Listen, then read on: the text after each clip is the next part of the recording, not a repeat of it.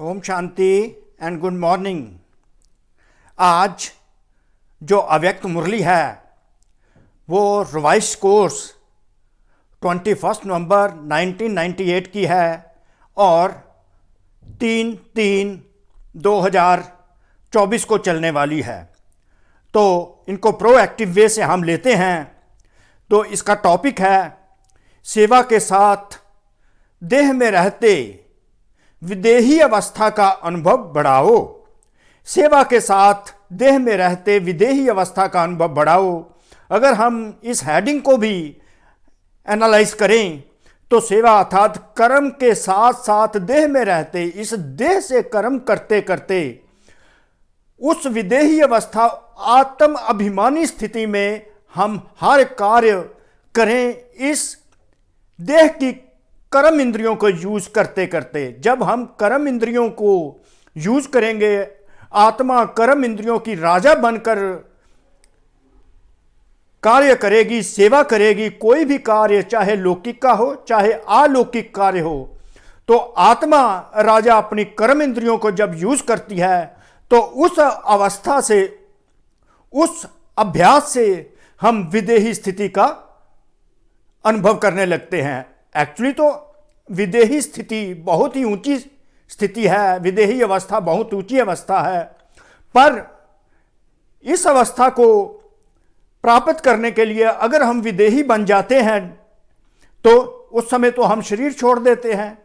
परंतु इस समय पुरुषोत्तम संगम युग पर हमें अभ्यास करने हैं। तो इस अवस्था तक पहुंचने के लिए हमें कोई भी कार्य करते, चाहे लौकिक में कार्य करते हैं चाहे अलौकिक में कार्य करते हैं, तो हमें यही देखना है कि मैं आत्मा अपने हाथों से कार्य कर रही हूं, मैं आत्मा अपने मुंह से बोल रही हूं, मैं आत्मा अपनी आंखों से देख रही हूं, मैं आत्मा अपने पैरों से चल रही हूं और मन से सोच रही है। मन भी जो है आत्मा के कंट्रोल में हो, मन बुद्धि भी आत्मा के कंट्रोल में और कर्म इंद्रियां भी कंट्रोल में, और आत्मा ही इस शरीर को चलाने वाली है। अगर हम इसी अभ्यास में सदा रहते हैं तो हम विदेही अवस्था को अल्टीमेटली अचीव करने के काबिल बन जाते हैं। तो इसलिए सेवा के साथ साथ देह में रहते विदेही अवस्था का अनुभव बढ़ाओ। कार्य करते, कोई भी कर्म करना है, चाहे ऑफिस में बैठे हैं, बिजनेस प्लेस पर बैठे हैं, घर में बैठे हैं, तो हमें कार्य करते करते यही ध्यान रखना है कि आत्मा कर्म इंद्रियों से कार्य करा रही है। आत्मा अर्थात विदेही बन जाना, दोनों की स्थिति जब बैलेंस हो जाएगी तो तब हमें परमात्म दुआएं मिलती हैं, बाप दादा से दुआएं मिलती हैं और अन्य आत्माओं से भी हमें दुआएं मिलती हैं। तो दुआओं का खाता हम जमा करते जाते हैं, तो वो दुआओं का खाता परमात्मा कहते इतना जमा कर लो कि आप बहुत जन्मों तक आपके जो जड़ चित्र है वो अपने भक्तों को दुआएं देते रहें। तो इस प्रकार बैलेंस करके सेवा के साथ साथ विदेही अवस्था का अनुभव करना है, विदेही स्थिति का अनुभव करना है, दोनों का बैलेंस भी बनाना है। और विदेही के साथ साथ इस मुरली में जीवन मुक्त स्थिति को भी डिफाइन किया गया है, जो पिछली मुरली, पिछले सप्ताह की मुरली में भी बाबा ने कहा जीवन मुक्त बनना है, क्योंकि परम पिता परमात्मा भगवान शिव हमें मुक्ति और जीवन मुक्ति का वरदान देते हैं। उस जीवन मुक्त स्थिति को बाबा ने कैसे डिफाइन किया हुआ है कि जीवन मुक्त, जीवन में रहते हुए हमें खुशी कैसे प्रदान होगी। जीवन में रहते चाहे कोई समय नाजुक आता है, क्या उसका मुझ पर प्रभाव पड़ता है, मुझ आत्मा पर कोई ऐसी परिस्थिति, विकट परिस्थिति आ जाती है, क्या उसका प्रभाव मुझ पर पड़ता है। क्या कोई समस्या, प्रॉब्लम आ जाती है, कोई क्राइसिस आ जाता है, कोई संकट आ जाता है, तो क्या उसका प्रभाव मुझ आत्मा पर पड़ता है। वायुमंडल इतना दूषित हो जाता है, जैसे आजकल घोर कलयुग में वायुमंडल दूषित हुए हैं, क्या उनका प्रभाव मुझ आत्मा पर पड़ता है। अगर आत्मा पर प्रभाव पड़ता है, जीवन में रहते नाजुक समय का प्रभाव पड़ता है, परिस्थिति का प्रभाव पड़ता है, समस्या का प्रभाव पड़ता है, वायुमंडल डबल दूषित वायुमंडल का मुझ आत्मा पर प्रभाव पड़ता है तो वो मेरी जीवन बंद स्थिति होती है। पर परमात्मा कहते हैं कि जीवन मुक्त बनना है, क्योंकि जीवन मुक्ति का वरदान मुझ आत्मा को मिला हुआ है। पर मुझे ये विधि अपनानी है कि कोई भी परिस्थिति मुझ पर प्रभाव न डाले। कोई परिस्थिति आई, कोई डिस्टर्ब नहीं होना। समस्या आई, समस्या मुझे डिस्टर्ब ना करे। वायुमंडल डबल दूषित है, वो मुझे डिस्टर्ब ना करे। कोई व्यक्ति या उसका व्यवहार मुझे डिस्टर्ब ना करे। कोई वस्तु है, उस पर मैं निर्भर तो नहीं करता, अटैच तो नहीं होगा, उससे वो मुझे प्रभाव ना डाले। व्यक्ति, वस्तु, वैभव, कोई वैभव तो नहीं है जो अपनी तरफ मुझे खींचता है, मैं उस पर डिपेंड करता हूं, तो वो मुझे अपनी तरफ ना खींचे। तो ये जीवन मुक्त अवस्था इसको कहते हैं। कोई भी दुनिया की चीज मुझे अपनी तरफ खींचे ना, किसी भी चीज पर मैं डिपेंड ना करूं, डिपेंडेंसी ना हो किसी भी चीज पर, किसी व्यक्ति के साथ, वैभव के साथ, वस्तु के साथ, परिस्थिति के साथ, समस्या के साथ और डबल दूषित वातावरण के साथ मेरी डिपेंडेंसी ना हो, उनका मुझ आत्मा पर बिल्कुल असर ना पड़े। इसको कहते हैं जीवन मुक्त स्थिति। इस प्रकार विदेही अवस्था और जीवन मुक्त स्थिति को और सेवा के साथ साथ स्वयं स्थिति जो बनानी है विदेही की, आत्म अभिमानी की, वो स्थिति जो है शरीर से परे, बॉडीलेस हो जाना, अगर ये बैलेंस हो जाता है तो बहुत सी दुआएं मिलती हैं। तो अल्टीमेटली विदेही अवस्था को हम प्राप्त करते हैं, तो उस समय हमारा शरीर भी छूट जाता है। तो ये अल्टीमेटली हमने अचीव करना है जीवन मुक्त स्थिति। और जीवन में रहते हुए, लाइफ में होते हुए, इस बॉडी में होते हुए बॉडीलेस फील कर कर मर जीवा जन्म अनुभव करके हम जीवन मुक्त स्थिति को पाएं, अर्थात जीवन में रहते हुए खुशियों में खेलें और मौजों में रहे। ये है, पर विदेही अवस्था यही होगी। तब हमारा यहां से शरीर छूटेगा तो हम बाबा के साथ मुक्तिधाम और जीवन मुक्ति धाम में जाएंगे। विश्व की बादशाही हम बच्चों को मिलेगी विदेही अवस्था से, जीवन मुक्त अवस्था से। कोई भी कार्य करते जीवन मुक्त अवस्था की स्थिति साथ साथ हो, बैलेंस हो, तो ब्लिस बनेगी। ब्लिस बनेगी तो ब्लेसिंग्स मिलेंगी, दुआएं मिलती चलेंगी। तो बाबा कहते हैं कि दुआओं का खाता जमा करते जाओ, करते जाओ, करते जाओ, ताकि 21 जन्म के बाद भी तुम सबको, भक्तों को, वो दुआओं का खाता बांटते रहो जड़ चित्रों से। तो कैसे बाबा मुरली चलाते हैं? तो बाबा मुरली कैसे चलाते हैं? आज बाप दादा अपने चारों ओर के बच्चों को देख हर्षित हो रहे हैं। तो परमात्मा शिव ब्रह्मा तन में आकर अपने बच्चों को देखकर, हम बच्चों को देखकर, आत्मा बच्चों को, परमात्मा आत्मा बच्चों को देख देख कर बहुत ही हर्षित होते हैं, बहुत डिलाइटेड हो जाते हैं।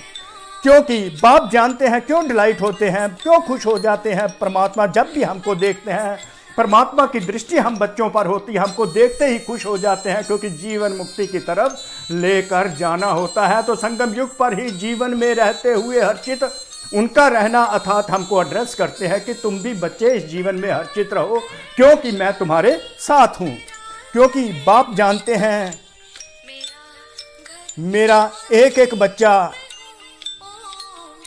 चाहे लास्ट पुरुषार्थी भी है, फिर भी विश्व में सबसे बड़े से बड़े भाग्यवान हैं, क्योंकि भाग्य विधाता बाप को जान पहचान भाग्य विधाता के डायरेक्ट बच्चे बन गए। भाग्य विधाता जो भाग्य की विधि बताता है, परमात्मा शिव ब्रह्मा तन में आके बाप दादा के रूप में भाग्य विधाता कहलाते हैं। हमें आकर ऊंची पढ़ाई पढ़ाकर भाग्य बनाने की विधि बताते हैं। तो बाबा इसलिए हर्षित होते हैं कि ये आप सब बच्चे इस समय मेरे बच्चे हो, क्योंकि तुमने मुझे जान लिया, पहचान लिया, अब मान लिया, और जो मैं भाग्य बनाने की विधि बताता हूं उस विधि से तुम सिद्धि को प्राप्त कर रहे हो। और इसलिए ही बाबा हमारे भाग्य को देखकर हर्षित होते हैं।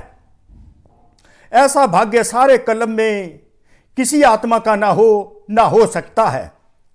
साथ साथ सारे विश्व में सबसे संपत्तिवान व धनवान और कोई हो नहीं सकता। तो परमात्मा ये चैलेंज करते हैं कि ऐसा भाग्य सारे विश्व में और किसी का नहीं हो सकता। साथ साथ विश्व में आप जैसा, मेरे बच्चों जैसा संपत्तिवान और धनवान कोई नहीं हो सकता। यहाँ पर संपत्ति कौन सी है, यहाँ पर हमारा धनाढ्य होना कौन सा है, वो भी बाबा डिफाइन करते हैं। चाहे कितना भी पद्मा पदम पति हो, लेकिन आप बच्चों के खजानों से कोई भी तुलना नहीं है। चाहे इस दुनिया में रिचेस्ट लोग जो है फिजिकल वर्ल्ड में धनवान हैं, रुपए पैसे हैं, परंतु बाबा कहते हैं कि मेरे बच्चों के खजानों के सामने उन जो दुनिया में रिचेस्ट गिने जाते हैं, उनकी मेरे बच्चों से कोई तुलना नहीं हो सकती। क्योंकि बच्चों के हर कदम में पद्मों की कमाई है। बाबा के बच्चों के हर कदम में जो भी कर्म करते हैं वो बाबा की श्रीमत के अकॉर्डिंगली करते हैं, बाबा की याद में करते हैं, आत्मिक स्थिति में करते हैं, तो उनके हर कदम में पद्मों की कमाई हो रही होती है। इसलिए richest in the world, physical world में जो स्थूल दुनिया में रिचेस्ट हैं, उनका हमारे साथ कोई मुकाबला नहीं है। क्योंकि हम बच्चों की बाबा कमाई कदमों में पद्मों की कमाई करा रहे हैं। हर कर्म हमारा पद्मों की कमाई हमको कराता जा रहा है। And we are becoming the richest in the world. तो बाबा के बच्चे जो हैं रिचेस्ट इन द वर्ल्ड हैं। तो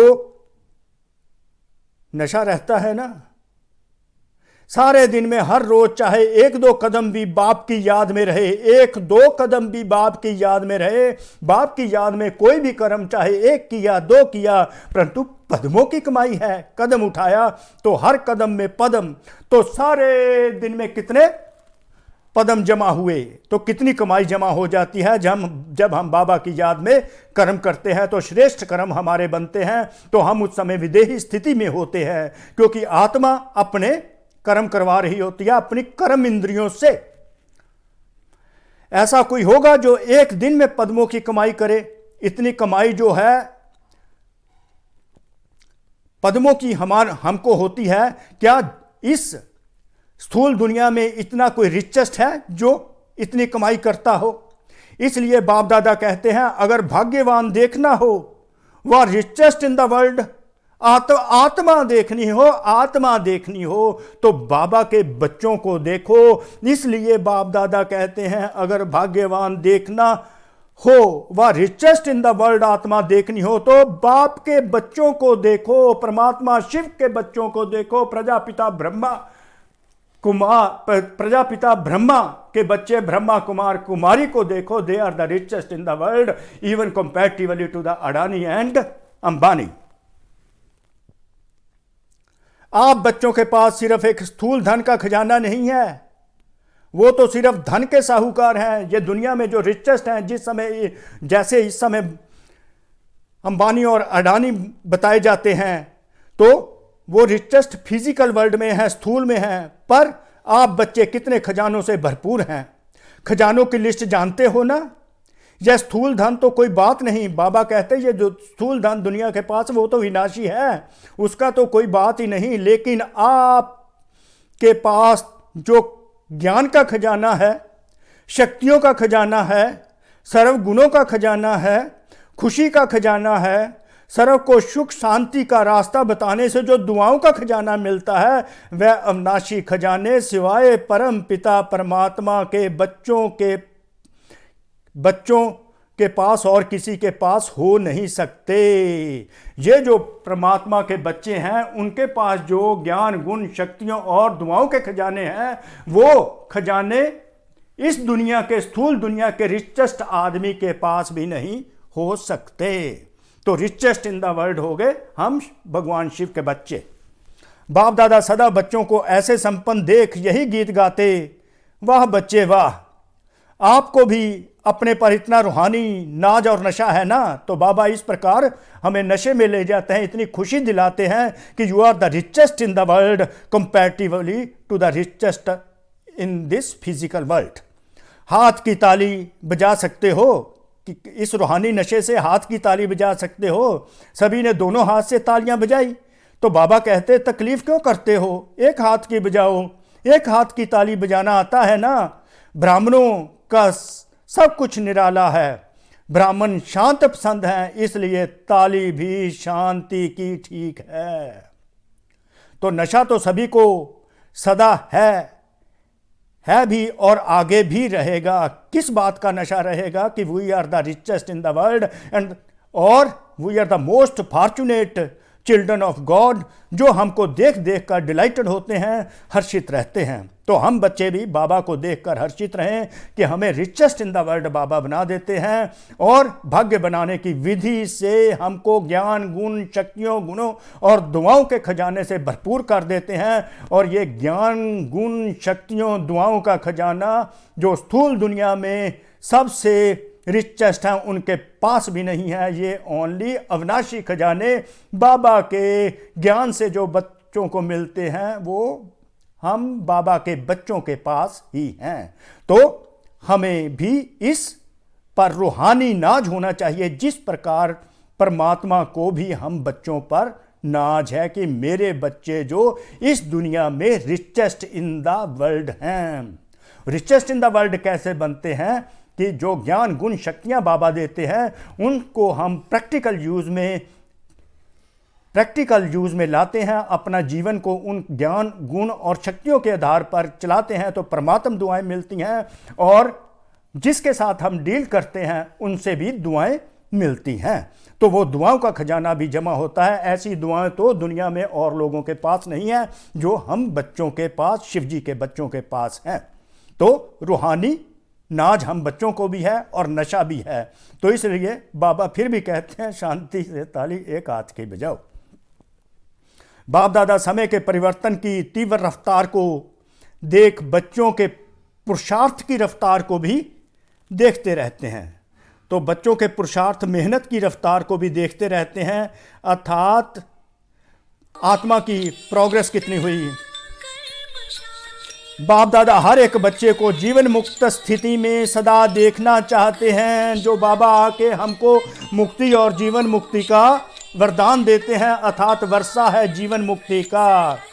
तो उस जीवन मुक्ति के वर्षे के लिए बाबा कहते हैं, बाप दादा हर एक बच्चे को जीवन मुक्त स्थिति में देखने चाहते हैं। तो परमात्मा की ये डिज़ायर है कि मेरा एक एक बच्चा इस पुरुषोत्तम संगम युग में भी जीवन में रहते रहते जीवन मुक्त स्थिति का अनुभव करे, अर्थात खुशियों में, मौजों में झूले। आप सबका ये चैलेंज है कि बाप से मुक्ति, जीवन मुक्ति का वर्षा आकर लो। तो बाबा के बच्चे दुनिया वालों को कहते हैं, अगर मुक्ति और जीवन मुक्ति का वर्षा लेना है तो यहाँ पर आके लो। बाबा के बच्चों का ये चैलेंज है। लेकिन आपको तो मुक्ति और जीवन मुक्ति का वर्षा मिल गया है ना। अब बाबा हम बच्चों को ये क्वेश्चन करते हैं, दुनिया को तो चैलेंज करते हो, पर मुझे ये बताओ कि आपको मुक्ति और जीवन मुक्ति का वर्षा मिला है कि नहीं। तो बच्चे कहते मिला है। सतयुग में या मुक्ति धाम में मुक्ति व जीवन मुक्ति का अनुभव नहीं कर सकेंगे। जब सतयुग की स्वर्ग की दुनिया होगी तो उस समय तो ये अनुभव होंगे ही नहीं कि मैं मुक्त स्थिति में हूँ या जीवन मुक्त हूँ। उस समय अनुभवों की दुनिया नहीं होगी। अनुभव की दुनिया जो बाबा अभी लेकर आते हैं पुरुषोत्तम संगम युग पर, हमें अनुभव की अथॉरिटी बाबा बताते हैं। तो अनुभव की अथॉरिटी बताते हैं, तो अनुभव की जो शक्ति है बाबा महसूसता की शक्ति देते हैं, वो ओनली संगम पर ही होती है, जिसमें हम मुक्ति और जीवन मुक्ति जो वर्षा बाबा देते हैं उसको हम अनुभव करते हैं, खुशी को हम अनुभव करते हैं, जो परमात्मा हमें ज्ञान, गुण, शक्तियाँ देकर हमारे जीवन को वैसे चलाते हैं। जीवन में रहते समय नाजुक होते, अंडरलाइन करना इसको, डबल अंडरलाइन, जीवन में रहते समय नाजुक होते, परिस्थितियां, समस्याएं, वायुमंडल डबल दूषित होते हुए भी इन सब प्रभावों से मुक्त, जीवन में रहते इन सर्व भिन्न भिन्न बंधनों से मुक्त, एक भी सूक्ष्म बंधन नहीं हो। इसको कहते हैं जीवन मुक्त की डेफिनेशन। तो कैसे बाबा ने डिफाइन की, जीवन में रहते जीवन मुक्त। जीवन में रहते कोई समय नाजुक आ गया, परिस्थिति आ गई, समस्या आ गई, वायुमंडल डबल दूषित हो गया, उनके जो प्रभाव हैं उनसे मैं मुक्त रहूं। और जीवन में रहते सर्व भिन्न भिन्न बंधनों से मुक्त, एक भी सूक्ष्म बंधन नहीं हो, ऐसी जीवन मुक्त बने हो वह अंत में बनेंगे। बाबा कहते हैं कि ऐसा जीवन मुक्त बने हो, तो जीवन मुक्ति का जो वर्षा है उसको बाबा डिफाइन कर रहे हैं, जिसके अनुसार हमने कोई परिस्थिति आई उसके वो मुझ पर असर ना डाले, कोई व्यक्ति का व्यवहार मुझ पर असर ना डाले, समस्या मुझ पर असर ना डाले, तो बाबा कहते हैं ऐसे जीवन मुक्त बने हो। वह अंत में बनेंगे। अब बनेंगे या अंत में बनेंगे? जो समझते हैं अंत में बनने के बजाय अभी बनना है, वह बने हैं या बनना ही है, वह हाथ उठाओ। सभी ने हाथ उठाया, दोनों में मिक्स हाथ उठा रहे हैं। चतुर है, भले चतुराई करो, लेकिन बाप दादा अभी से स्पष्ट सुना रहे हैं, अटेंशन प्लीज। तो बाबा यहाँ पर बड़े फ्री एंड फ्रैंक हो गए, वेरी क्लियर हो गए और कहते हैं अटेंशन प्लीज। हर एक ब्राह्मण बच्चे को, बाप को बंधन मुक्त, जीवन मुक्त बनाना ही है। यहाँ पर देख लो कि बाबा कहते हैं कि ये तो है ही है कि हर एक बच्चे को बंधन मुक्त और जीवन मुक्त बनाना ही है। बंधन मुक्त मीन अटैचमेंट, कोई परिस्थिति से अटैच हो गए तो वो मुझे बांध तो नहीं लेती, उसका असर मुझ पर तो नहीं पड़ता, मुझ आत्मा पर, मैं जीवन बंध तो नहीं हूँ, हर डिपेंडेंट तो नहीं हूँ। हर एक ब्राह्मण बच्चे को, बाप को बंधन मुक्त, जीवन मुक्त बनाना ही है, चाहे किसी भी विधि से, लेकिन बनाना जरूर है। किसी भी विधि से, चाहे सजाओं से बनाए। तो बाबा कहते हैं मुझे याद करो ना, मेरे ज्ञान गुण और शक्तियों से जीवन को चलाओ तो सजाएं नहीं खानी पड़ेगी, राधर दुआएं मिलती रहेंगी और मैं तुमको बड़ी ही मौज के साथ ले जाऊंगा। चाहे किसी भी विधि से, लेकिन बनाना जरूर है। जानते हो ना कि विधियां क्या है? इतने तो चतुर हो ना, तो बनना तो आपको पड़ेगा ही, चाहे चाहो चाहे नहीं चाहो, बनना तो पड़ेगा ही। फिर क्या करेंगे? अभी से बनेंगे। लोग कहते, बाबा के बच्चे कहते अभी से ही बनेंगे। तो बाबा आगे से क्या करते? आपके मुख में गुलाब जामुन, सबके मुख में गुलाब जामुन आ गया ना, लेकिन यह गुलाब जामुन है अभी बंधन मुक्त बनने का। ऐसे नहीं गुलाब जामुन खा जाओ। बाबा रमणीक भी हो जाते हैं ना, बच्चों से हंसाते हैं। अब बाबा हाल की शोभा, ये जीवन मुक्त स्तुति का जो वर्षा है वो बाबा ने डिफाइन किया और इसको हमने अभ्यास करना है कि मैं जीवन बंद नहीं, जीवन मुक्त हूं। हाल की शोभा बहुत अच्छी है, एकदम माला लगती है। यहां से आकर देखो तो ऐसे माला लगती है। यह कुर्सियां वालों की माला तैयार हो गई है। अच्छा है, कारने अकारने जैसे अभी कुर्सी ली है, ऐसे ही बाप दादा फाइनल समय प्रमाण सीटी बजाएंगे कि जीवन मुक्ति की कुर्सी पर बैठ जाओ, तो भी बैठेंगे या अभी कुर्सी पर बैठे हैं। ऐसे नहीं धरनी पर जो बैठे हुए हैं कुर्सी नहीं लेंगे, पहले आप धरनी पर बैठना है। यह है तपस्या की निशानी, तंदुरुस्ती की निशानी है, हेल्थ भी है। तपस्या द्वारा खजानों की वेल्थ भी है। तो जहाँ हेल्थ है, वेल्थ भी है, तो हैप्पीनेस तो होगी ना। तो अच्छा है, हेल्दी हो, वेल्दी हो। जो ज़मीन पर बैठे थे उनको बाबा ने कैसे ऊपर उनकी स्थिति को बना दिया कि हेल्दी हो, वेल्दी हो, वरदान दे दिया। तो बाप दादा आज देख रहे थे कि बच्चों की 3 प्रकार की स्टेजेस हैं, इनको नोट कर लेना है। बाबा ने 3 प्रकार की हम आत्माओं की स्टेजेस देखी। एक है पुरुषार्थी, उसमें पुरुषार्थी भी हैं और तीव्र पुरुषार्थी भी हैं। एक पुरुषार्थ की, दूसरी है पुरुषार्थ का जो रिजल्ट है, कॉन्सिक्वेंस है, उसका जो प्रारब्ध है, फल है, जीवन मुक्त अवस्था की स्टेज में अनुभव कर रहे हैं। कुछ बच्चे पुरुषार्थ का जो रिजल्ट है, पुरुषार्थ का जो फल है, जीवन में रहते हुए खुशी का अनुभव कर रहे हैं। एक है पुरुषार्थी की, दूसरी है जीवन मुक्त स्थिति के। पुरुषार्थ का फल जीवन मुक्त स्थिति। लेकिन लास्ट की संपूर्ण स्टेज है देह में होते हुए विदेही अवस्था का अनुभव। इस देह में जो लास्ट संपूर्ण स्टेज है वो हेडिंग है जो विदेही अवस्था का अनुभव बढ़ाओ, देह में रहते हुए कोई भी कार्य करते, हेडिंग है। तो वो संपूर्ण अवस्था है। तो आज संपूर्ण स्टेज जो हेडिंग पर, संपूर्ण स्टेज की हेडिंग पर जो है मुरली चल रही है, सेवा के साथ देह में रहते विदेही अवस्था का अनुभव बढ़ाओ। लेकिन लास्ट की संपूर्ण स्टेज है देह में होते हुए विदेही अवस्था का अनुभव। तो 3 स्टेजेस बाबा ने हमारी नोट की। पुरुषार्थ की स्टेज में ज़्यादा देखे बच्चे, पुरुषार्थी ज़्यादा हैं। प्रारब्ध जीवन मुक्त की, प्रारब्ध यह नहीं कि सेंटर के निमित्त बनने की, व स्पीकर अच्छे बनने की, व ड्रामा अनुसार अलग अलग विशेष सेवा करने के निमित्त बनने की, यह प्रारब्ध नहीं है। यह तो लिफ्ट है आगे बढ़ने की, सर्व द्वारा दुआएं लेने की, लेकिन प्रारब्ध है जीवन मुक्ति की। तो सर्व द्वारा जो दुआएं हैं वो प्रारब्ध है जीवन मुक्ति की। जब हम बच्चों को सर्व द्वारा दुआएं मिलती हैं, लौकिक और अलौकिक में सब द्वारा दुआएं मिलती है, तो वो जो स्थिति होती है वो जीवन मुक्ति की होती है। जीवन में रहते हुए खुशी हम अनुभव करते हैं। तो ये नहीं है कि हम सेंटर के निमित्त बन गए तो हम जीवन मुक्त हो गए, ये नहीं मैं स्पीकर बहुत अच्छा हूं तो मैं जीवन मुक्त हो गया, ये नहीं ये सेवा मुझे मिली हुई है तो मैं जीवन मुक्त हो गया। बाबा कहते हैं ये तो एक लिफ्ट है आगे बढ़ने की, सर्व द्वारा दुआएं लेने की, लेकिन प्रारब्ध है जीवन मुक्ति की। Double underline. जब दुआएं मिलती हैं तो उस समय हमें कितनी जीवन मुक्ति अनुभव होती है, अंडरलाइन। तो इसलिए दुआओं का खाता इकट्ठा करना है। दुआएं देते चलो, दुआएं लेते चलो, कोई बंधन नहीं हो। आप लोग एक चित्र दिखाते हो ना, साधारण अज्ञानी आत्मा को कितनी रस्सियों से बंधा हुआ दिखाते हैं, वह अज्ञानी आत्मा के लिए लोहे की जंजीरें। साधारण रस्सियां भी होंगी, वो लोहे की जंजीरें एक अज्ञानी आत्मा को लगती हैं, मोटे मोटे उनको बंधन लगते हैं, बहुत बड़ी मुसीबत लगती है छोटी सी बात भी। लेकिन ज्ञानी तू आत्मा बच्चों के लिए बहुत महीन और आकर्षण करने वाले धागे हैं।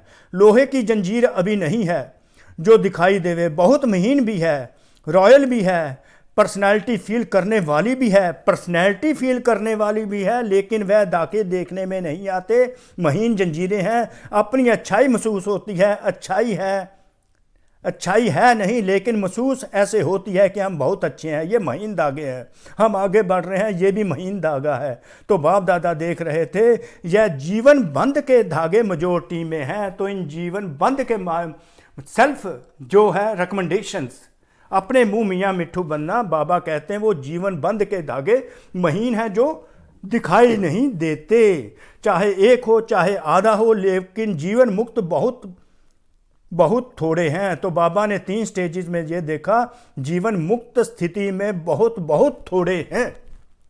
तो विदेहीपन तो है ही दूर की बात। तो बाप दादा देख रहे थे कि हिसाब के अनुसार यह सेकंड स्टेज है जीवन मुक्त। लास्ट स्टेज तो है देह से न्यारे विदेही की। उस स्टेज और उस जो स्टेज सुनाई उसके लिए बहुत अटेंशन देना चाहिए। जीवन मुक्त स्थिति के लिए बहुत अटेंशन देना है, और विदेही देह से न्यारे विदेहीपन के लिए भी बहुत अटेंशन देना है। और इन दोनों को स्टेजेस को अनुभव करने के लिए पुरुषार्थ किस बात का करना है, अभ्यास किस बात का करना है। मैं आत्मा राजा अपने कर्म इंद्रियों से कर्म कर रही हूं, सदा कर्म करते हुए बस आत्मा याद रहे कर्म इंद्रियों से कर्म कर रही हूं। आत्मा आंखों से देख रही, जब आत्मा आंखों से देखेगी तो आंखें क्रिमिनल नहीं होंगी। आत्मा कानों से सुन रही है तो आत्मा कानों से गलत सुनना पसंद नहीं करेगी। इस प्रकार हमको खुशी का अनुभव होता रहेगा जीवन मुक्त स्थिति का, और हम अल्टीमेटली जो लास्ट स्टेज है विदेही अवस्था में पहुंच जाएंगे। यह अभ्यास करना है। तो बाप दादा देख रहे थे कि हिसाब के अनुसार यह सेकंड स्टेज है जीवन मुक्त। लास्ट स्टेज तो है देह से न्यारे विदेहीपन की। उस स्टेज और जो स्टेज सुनाई उसके लिए बहुत अटेंशन चाहिए। सभी पूछते हैं 99 ईयर 99 जो आएगा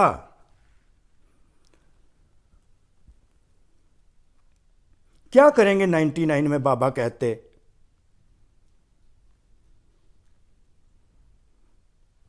क्या करेंगे? तो बाबा आगे से क्या कहते? बाप दादा कहते 99 के चक्कर को छोड़ो, अभी से विदेही स्थिति का अनुभव चाहिए। जो भी विदेही स्थिति पर अब बाबा जो हेडिंग है उस पर बाबा आ गए हैं, तो विदेही स्थिति का अनुभव बाबा आगे हैं।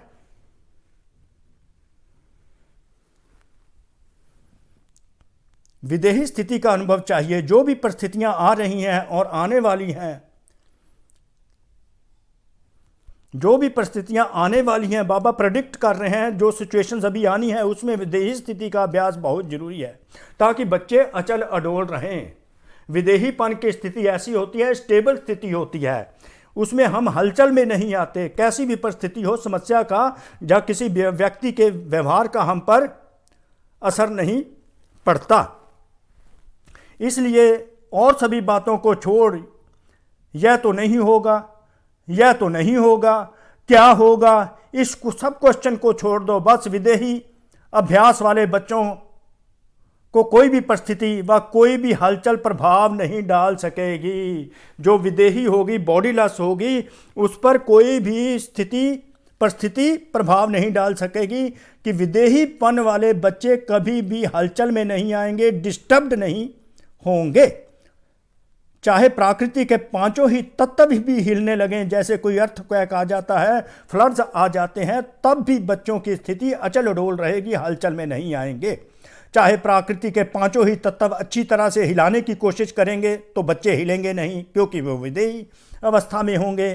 तो विदेही अवस्था की अभ्यासी आत्मा बिल्कुल ऐसा अचल अडोल पास विद ऑनर होगा। पास विद ऑनर होने के लिए बाबा ने कंडीशन रख दी कि विदेही बनना है, जो सब बातें पास हो जाएंगी, लेकिन यह ब्रह्मा बाप के समान पास विद ऑनर का सबूत रहेगा। तो ब्रह्मा बाप समान अगर बनना है तो विदेही स्थिति को प्राप्त करना होगा। बाप दादा समय प्रति समय इशारे देते हैं और देते रहेंगे।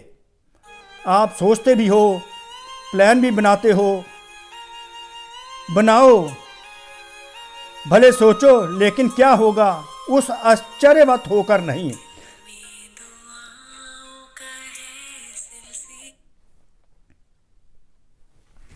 आप सोचते भी हो, प्लान भी बनाते हो, बनाओ, भले सोचो, लेकिन क्या आश्चर्यवत होकर नहीं सोचना। विदेही साक्षी बन सोचो, लेकिन सोचा, प्लान बनाया और सेकंड में स्थिति प्लेन हो गई, अर्थात विदेही हो गए। अभी अवस्था स्थिति की है, यह विदेही स्थिति परिस्थिति को बहुत सहज कर देगी। लेकिन बादल आए चले गए और विदेही अचल अडोल हो खेल देख रहे हैं।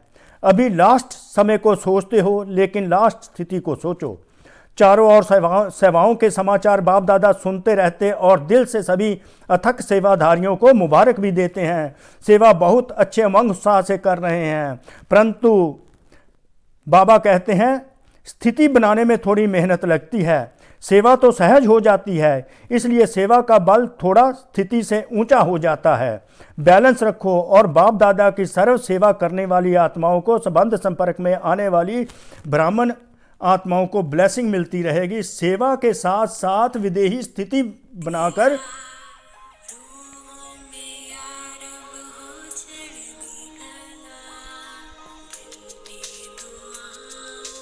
और बाप दादा की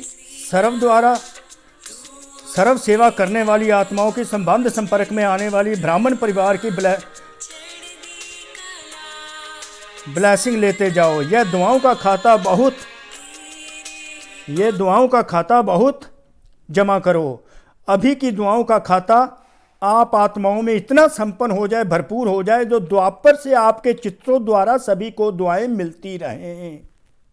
अनेक जन्म में दुआएं देनी है, लेकिन जमा एक जन्म में करनी है। इसलिए सेवा, कार्य और विदेही स्थिति का बैलेंस रखो तो ब्लेसिंग मिलेंगी। और जो दुआएं इकट्ठी होंगी तो बाबा कहते हैं उन दुआओं को इकट्ठा करते चलो, क्योंकि द्वापर से आपके चित्रों द्वारा सभी को दुआएं मिलती रहेंगी। अनेक जन्म में दुआएं देनी है, लेकिन जमा का एक जमा करने का समय एक जन्म ही है। इसलिए क्या करेंगे, स्थिति को सदा आगे रख सेवा में आगे बढ़ते चलो। क्या होगा, यह नहीं होगा। ब्राह्मण आत्माओं के लिए अच्छा है, अच्छा ही होना है, लेकिन बैलेंस वालों के लिए सदा अच्छा है। कार्य करते विदेही स्थिति का बैलेंस, सेवा और स्थिति का बैलेंस, दुआओं को इकट्ठा करने का रास्ता। बैलेंस कम हो, बैलेंस कम तो कभी अच्छा कभी थोड़ा अच्छा। सुना क्या करना है, क्वेश्चन मार्क सोचने से, हिसाब से आश्चर्यवत होने के कोशिश को फिनिश करो। यह तो नहीं होगा, यह तो नहीं होगा, वह स्थिति को नीचे ऊपर करता है। समझा?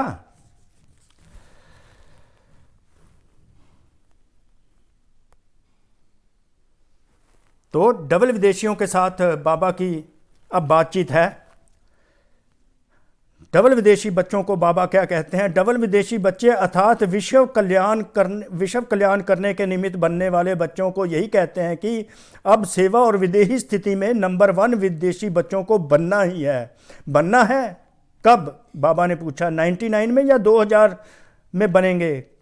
कब नहीं, अब बनना है। अव्यक्त बाप की पालना का प्रत्यक्ष सबूत देना है। जैसे ब्रह्मा बाप अव्यक्त बन विदेही स्थिति द्वारा कर्मातीत बने, तो अव्यक्त ब्रह्मा की विशेष पालना के पात्र हो। इसलिए अव्यक्त पालना का बाप को रिस्पॉन्ड देना है, विदेही बनने का, सेवा और विदेही स्थिति के बैलेंस का। ठीक है, मंजूर है, करना ही है। बाप दादा यह नहीं सोचते देखेंगे सोचेंगे, नहीं, करना ही है। अपनी भाषा में बोलो, करना ही है।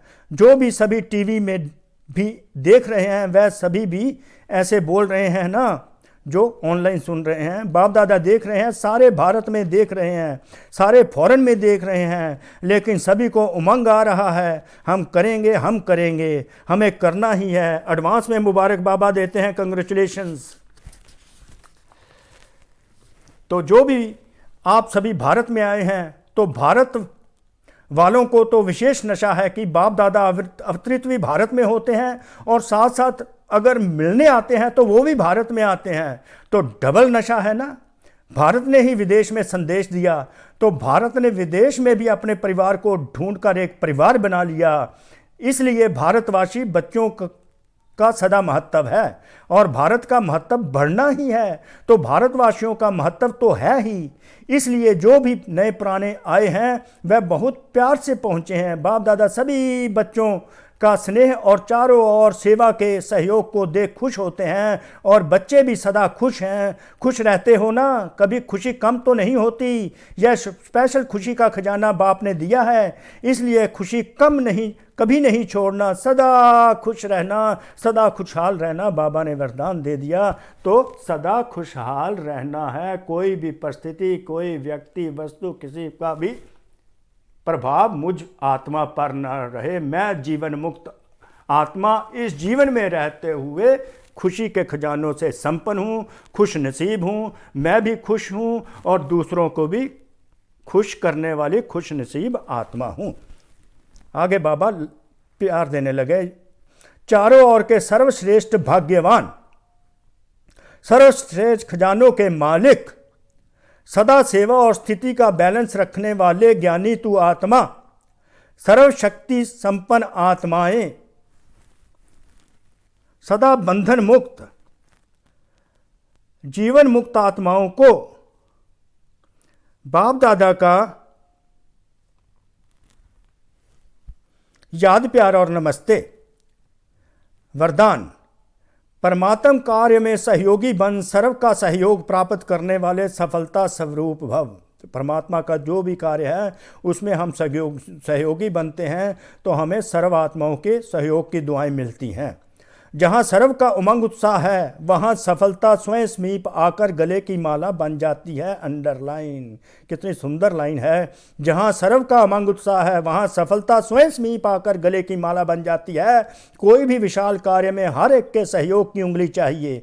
सेवा का चांस हर एक को है, कोई भी बहाना दे नहीं सकता। समय नहीं है, उठते बैठते 10-10 मिनट भी सेवा करो। तबीयत ठीक नहीं है तो घर बैठे करो, सोच अपनी से करो, संकल्पों से करो, अपने एटीट्यूड से सुख का वातावरण, हैप्पीनेस का बनाओ, और सुखमय स्थिति से सुखमय संसार बनाओ। अपनी सोच से अपना संसार सुखमय बना लेना है। तो परमात्म कार्य में सहयोगी बनो तो सर्व का सहयोग मिलता ही रहेगा।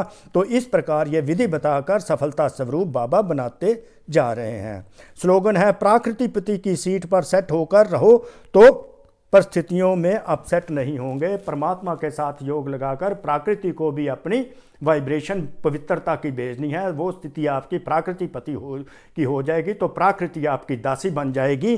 तो प्रकृति जब दासी बन जाएगी तो प्रकृति आपको किसी भी प्रकार हिलाएगी नहीं, तो आप अपसेट नहीं होंगे। ये है प्रकृति पति की स्टेज।